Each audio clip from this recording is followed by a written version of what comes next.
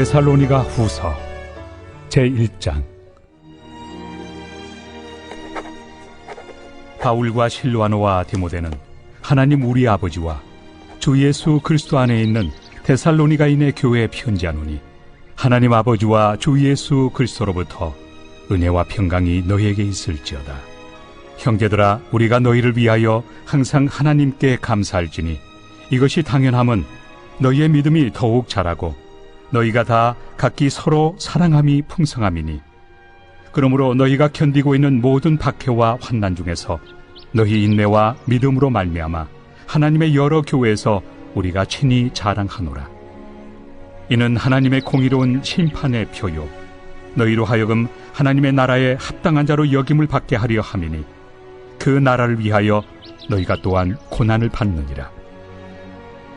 너희로 환난을 받게 하는 자들에게는 환난으로 갚으시고, 환난을 받는 너희에게는 우리와 함께 안식으로 갚으시는 것이 하나님의 공의시니, 주 예수께서 자기의 능력의 천사들과 함께 하늘로부터 불꽃 가운데 나타나실 때 하나님을 모르는 자들과 우리 주 예수의 복음에 복종하지 않는 자들에게 형벌을 내리시리니, 이런 자들은 주의 얼굴과 그의 힘의 영광을 떠나 영원한 멸망의 형벌을 받으리로다.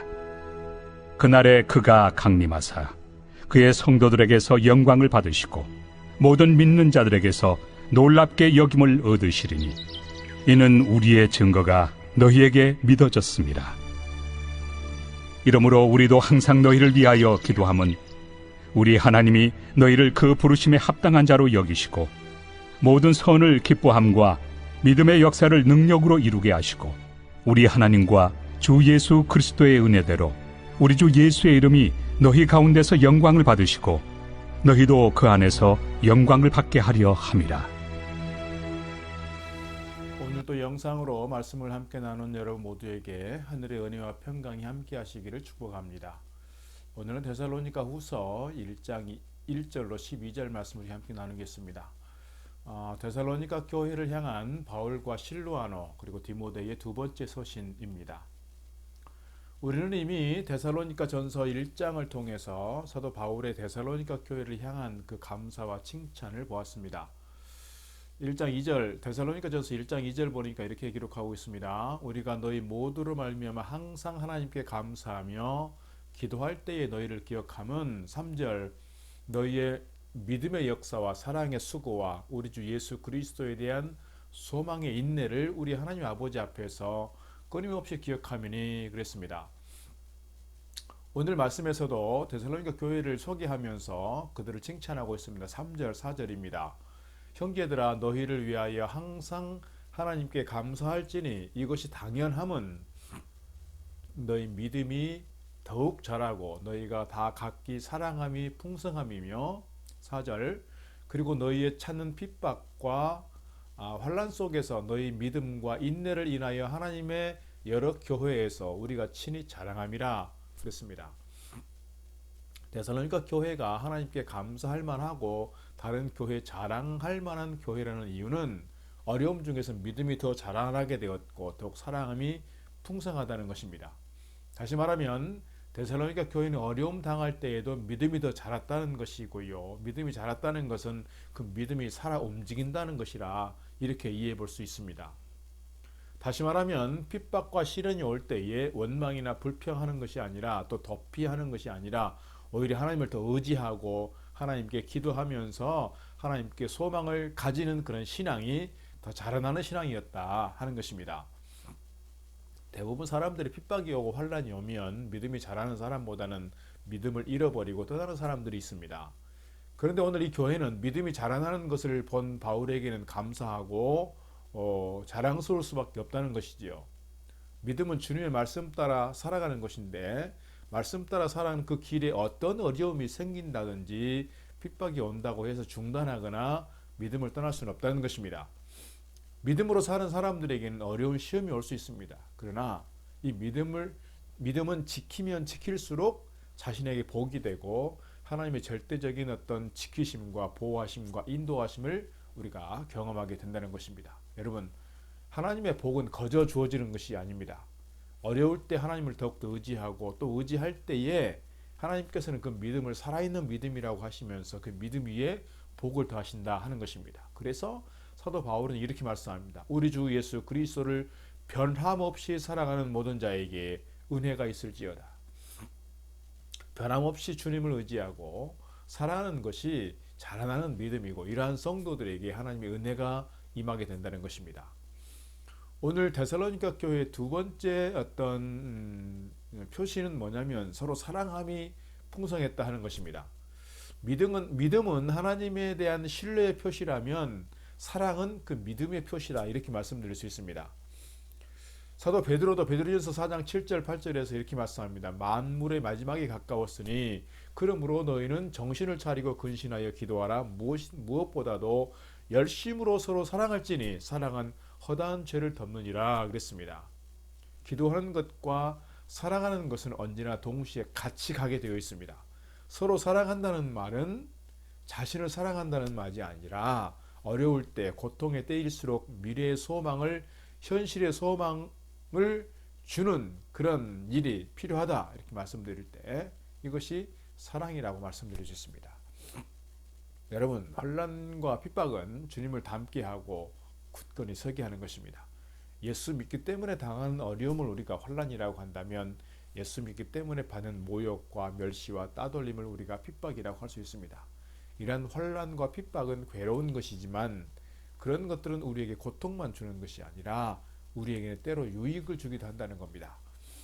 고난당하는 것, 핍박당하는 것이 무슨 유익이냐, 이렇게 답답한 마음을 갖는 분들이 있을 수 있습니다. 그러나 신앙생활하는 모든 사람들에게 닥치는 그런 어려움, 또 환난과 핍박은 그것을 통해 주님을 닮아가게 하는 것이고요, 믿음 위에 굳게 서게 한다고 데살로니가 전서에서 말씀을 드린 바가 있습니다.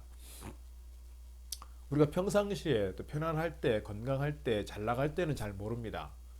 그런데 참으로 예수 잘 믿는 사람인지 아닌지는 언제 드러나느냐? 어려움이 닥치면 확실히 알 수 있습니다. 이 사람이 정말 신실한 믿음의 사람인지 아닌지. 신앙생활 중에 듣지 않을 소리를 듣고 믿음을 흔드는 일들을 당하고 어려움이 닥치면 믿음이 있는 사람은 엎드려 기도하고 그러다가 하나님의 뜻을 깨닫게 되지만, 믿음이 없는 사람들은 하나님을 의심하게 되고 원망하게 되고 불평하다가 결국 타락하게 되고 떠나가게 되는 경우를 볼 수 있습니다. 그래서 이 환난과 핍박이 오면 예수를 진실로 믿는 사람인지 아닌지를 우리가 확실히 분별할 수 있다는 것입니다. 여러분, 모름지기 교회란 성도들의 모이는 그 모임을 말하지 않습니까? 에클레시아. 어떤 건물을 교회라고 하진 않는다는 겁니다. 우리 일동 동북교회가 정말 자랑스러운 교회가 되기 위해서 우리 모든 분들이 믿음이 자라나야 하고 서로가 서로에게 베푸는 사랑이 풍성해져야 되겠고요. 또 어떤 환난과 박해와 핍박이 있음에도 불구하고 이것을 정말 인내하면서 믿음을 잘 지켜가고 또 교회에 주어진 선교의 사명들을 잘 감당해 갈 수 있어야 할 것입니다. 우리 교회가 칭찬을 받고 자랑스러운 교회가 되려고 하면 오늘 본문 속에서 세 가지 다시 말씀드리고 싶습니다. 무엇보다 믿음이 잘 자라가야 한다는 겁니다. 우리는 지식으로 행하지 않았고 믿음으로 행하는 사람들입니다. 믿음이 무엇입니까? 진리 안에 굳게 서는 것이 믿음이라고 한다면 우리를 위해서 주님이 십자가 지시고 우리를 구원하셨다고 하는 이 진리 안에 굳게 서는 것, 이것이 믿음이라는 것입니다. 하나님만 신뢰하고 하나님께 모든 것을 맡기고 의지하는 이것이 곧 믿음입니다. 우리 신앙의 선배들은 바로 이 믿음을 지키기 위해서 목숨까지 버리신 분들, 그래서 순교하신 분들이 많이 있습니다. 여러분, 한 분 한 분의 그 믿음이 자라야 참된 교회라고 말씀드릴 수 있고, 그리스도의 장성한 믿음의 분량이 잘 성장해 갈 때 우리 교회도 함께 성장한다, 이렇게 말씀드릴 수가 있습니다. 두 번째로는 사랑이 풍성하면 좋겠다는 것입니다. 그 사랑은 어느 몇 사람만의 사랑이 아니라 우리 모두가 서로가 서로에게 베푸는 사랑이어야 한다는 것입니다. 어제 말씀드린 것처럼 이 사랑이 있을 때 친밀한 교제가 있을 수 있고 서로 신뢰할 수 있고 함께 기도할 수 있다는 것입니다. 여러분, 사랑하면서 사는 것이 인간입니다. 서로 으르렁 내면서 잡아먹을 듯이 사는 것은 동물적인 삶을 살아가는 사람들이다, 이렇게 말씀드릴 수 있습니다. 우리 교회 안에 사람들이 들어오면 따뜻한 사랑이 느껴지면 좋겠습니다. 사랑이 많으신 장로님들, 권사님들, 집사님들이 많으시면 좋겠습니다. 여러분, 집안의 어머니나 아버지에게 다 말할 수 없는 그 기쁜 속사정까지도 다 털어놓고 함께 기도하고 싶어지는 곳, 이것이 곧 교회이면 좋겠습니다. 어떻게 하면 모든 성도들이 교회에 오실 때마다 사랑을 느낄 수 있을까 하는 것을 놓고 우리가 기도해야 되지 않나, 그런 생각을 갖습니다. 세 번째 말씀드리고 싶은 것은 소망하는, 인내하는 소망이라는 겁니다. 인내하는 소망. 데살로니가 교회는 로마 행정부로부터 또는 사회로부터 이단으로 몰리는 경향이 있어서 공인받는 종교가 아니기 때문에 핍박을 더 많이 받게 됐습니다. 핍박 중에 이길 수 있는 비결은 믿음을 굳게 하는 길이었고 인내로서 참아야 하는 소망이 그들에게 있어야 했습니다. 오늘 우리 교회도 마찬가지입니다. 누군가가 교회를 핍박하는 사람이 없어도 우리가 스스로 시험을 받고 먹고 살아가는 생활로 인해서 신앙생활하기가 대단히 어려운 그런 시대 속에 살아가고 있습니다. 그런 점에서 오늘 우리가 이 신앙에, 믿음에 더욱 열심을 내면 좋겠습니다. 우리 교회가 하나님의 교회이지만 사람들이 모이다 보니 인내심이 아니고는 수십 년 함께 신앙생활하기가 사실 어려운 게 사실입니다. 그래서 우리가 인내로서 선한 싸움을 싸우는 것입니다. 환난과 핍박은 믿음을 더욱 자라게 한다 말씀드렸습니다. 제가 어렸을 때 가을에 추수를 하고 나면 벌이나 밀을 파종했습니다. 그리고 겨울이 오기 전에 싹이 올라오게 되고요. 겨울을 지나고 이제 2월, 3월쯤 되면 보리논에 가서, 보리밭에 가서 그 땅막피를 해야 했습니다. 봄에 돋는 그 보리싹은 밟아주면 더 든든히 잘 자라고 줄기가 강하게 되고 많은 열매를 거두게 됩니다. 그러나 여러분, 보리 씨앗이 죽어 있으면 밟아버리면 뭐예요? 땅속에서 썩어 없어져 버리는 것이죠. 데살로니가 교회 성도들은 핍박과 환난 중에 믿음이 더욱 자랐다 그랬습니다. 낙심하거나 타락하지 않고 끝까지 신앙의 지조를 지켰습니다. 우리를 어렵게 하고 흔드는 사람들이 있어도 우리는 소망을 가져야 합니다. 그래서 우리 성도들이, 우리 교회가 주님 모실 때에 또 어떤 사람들 눈에도 칭찬받을 만한 교회, 그리고 자랑이 될 만한 교회와 성도로 설 수 있기를 부탁드리겠습니다. 오늘 하루도 주님 안에서 승리하시고 주의 평강 가득한 복된 하루 되기를 주의 이름으로